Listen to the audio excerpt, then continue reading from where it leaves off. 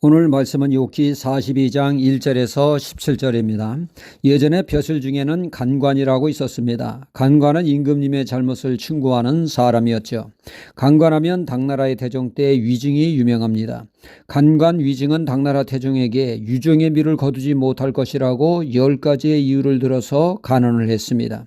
첫째는 당태종이 처음에는 덕이 변방까지 구석구석 미쳤으나 지금은 먼 곳에서 준말을 구하고 나라 밖에서 진기한 보물을 사들이고 있기 때문에 유종의 미를 거두기 어렵다고 했습니다.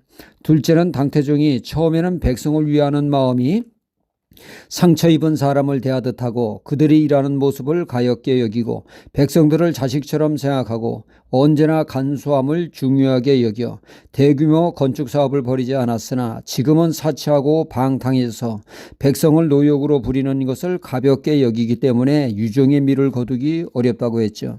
셋째는 당태종이 처음에는 자신의 손해를 감수하고 백성의 이익을 도모했으나 지금은 자신의 욕망을 채우는 일을 위해 백성을 괴롭히고 있으면서도 날이 갈수록 뽐내고 사치스러운 마음이 늘어나고 있기 때문에 유종의 미를 거두기 어렵다고 했습니다.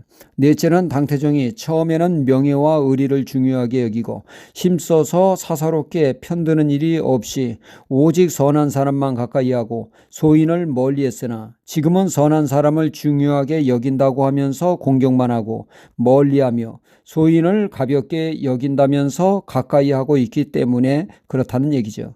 다섯 번째는 당태종이 처음에는 황금이나 보물을 돌아보지 않고 소박한 생활을 했으나 지금은 사치스러운 생활을 누리는데 여념이 없기 때문이요.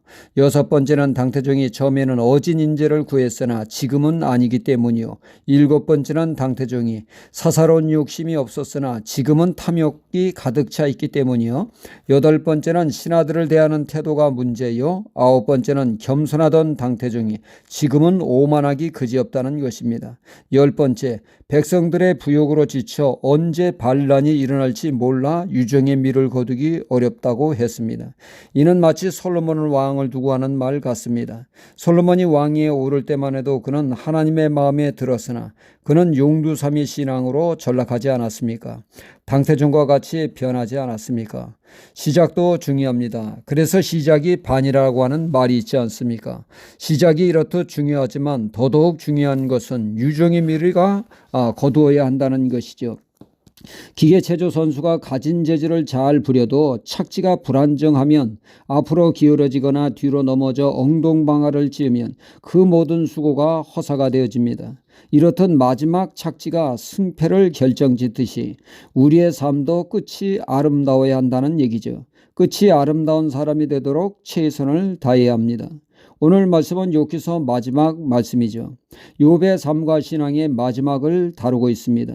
욥은 시작도 아름답고 욥의 마지막 또한 유종의 미를 거두고 있다는 사실이죠.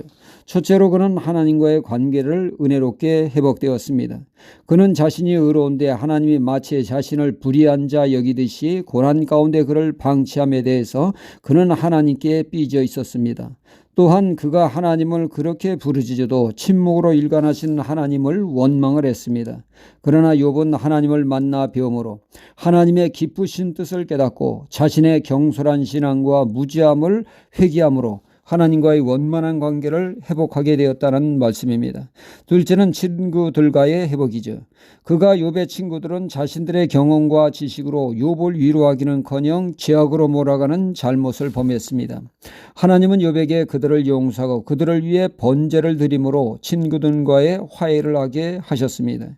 셋째는 일가 친척들과의 관계 회복입니다. 욥이 고난을 당하자 일가 친척은 그에게 등을 돌리고 그를 무시했습니다. 하나님은 그런 그들을 용서하고 다시금 한 해가 될 수 있도록 역사하셨습니다. 그래야 친척들이 욥을 따뜻하게 맞이하게 됐고 선물까지 챙겨주므로 친척과의 관계가 회복되어지는 은혜를 주셨습니다. 그리고 하나님은 욥의 삶을 축복하셨죠. 그가 건강을 회복하고 자손 4대를 보는 있는 그러한 장수를 허락하셨고 끊어진 대를 다시 잇도록 다시 자녀를 회복시켜 주었으며 그의 재산 또한 갑절로 축복하심으로 유종의 미를 거두는 말씀입니다. 그가 유종의 미를 거둘 수 있었던 것은 먼저 하나님의 은혜이죠. 둘째는 그가 고난 앞에도 끝까지 하나님을 붙드는 것을 포기하지 않으므로 유종의 미를 거둘 수 있었던 것입니다.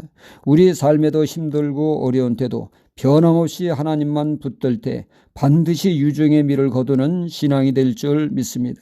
주님께서 착하고 충성된 종아 잘하였도다 인정받는 유종의 미를 거두는 신앙이 될 줄 믿습니다. 유종의 미의 신앙을 위하여 오늘도 주님과 동행하는 하루가 되어야겠습니다. 할렐루야.